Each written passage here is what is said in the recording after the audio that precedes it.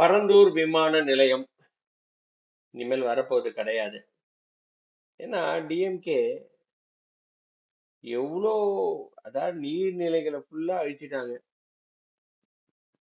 அதுக்கப்புறம் அங்க இருக்கிற விவசாயி நிலைகளை எல்லாம் அபகரிச்சுட்டாங்க. தே ஆர் ஆன்டி ஃபார்மர்ஸ், அவ்வளவுதான். அவங்களோட பாலிசியே அப்படிதான் இருக்கு, டிஎம்கேவோட பாலிசியே. அதனாலதான் இன்னைக்கு விவசாயிகள்னு கிடையாது, விவசாயிகள், கூலி தொழில் பண்றவங்க, சாமானிய மக்கள் எல்லாருமே கம்ப்ளீட்டா, அதாவது வந்து லோவர் மிடில் கிளாஸ்ல இருக்கிறவங்க எல்லாருமே டிஎம்கே வந்து வெறுத்து ஒதுக்கிட்டாங்க கம்ப்ளீட்டா.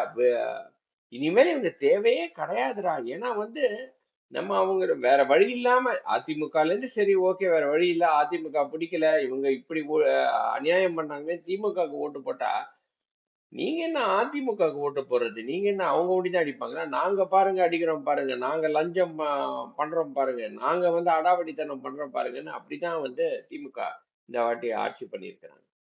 அதனாலதான் நாம யோசிச்சு நம்மளோட தலைவருக்கு தாவேக்காக நம்ம ஓட்டு போட்டிருக்கோம். அவரை 5 வருஷம் இல்ல 10 வருஷம் இல்ல, நாம நம்ம உயிரோட இருக்கிற வரைக்கும் அவரை ஓட்டு போட்டு அவரை தான் நிரந்தர முதல்வரா ஆக்கணும் அப்படின்றதுதான் என்னோட கோரிக்கை. நன்றி, வணக்கம்.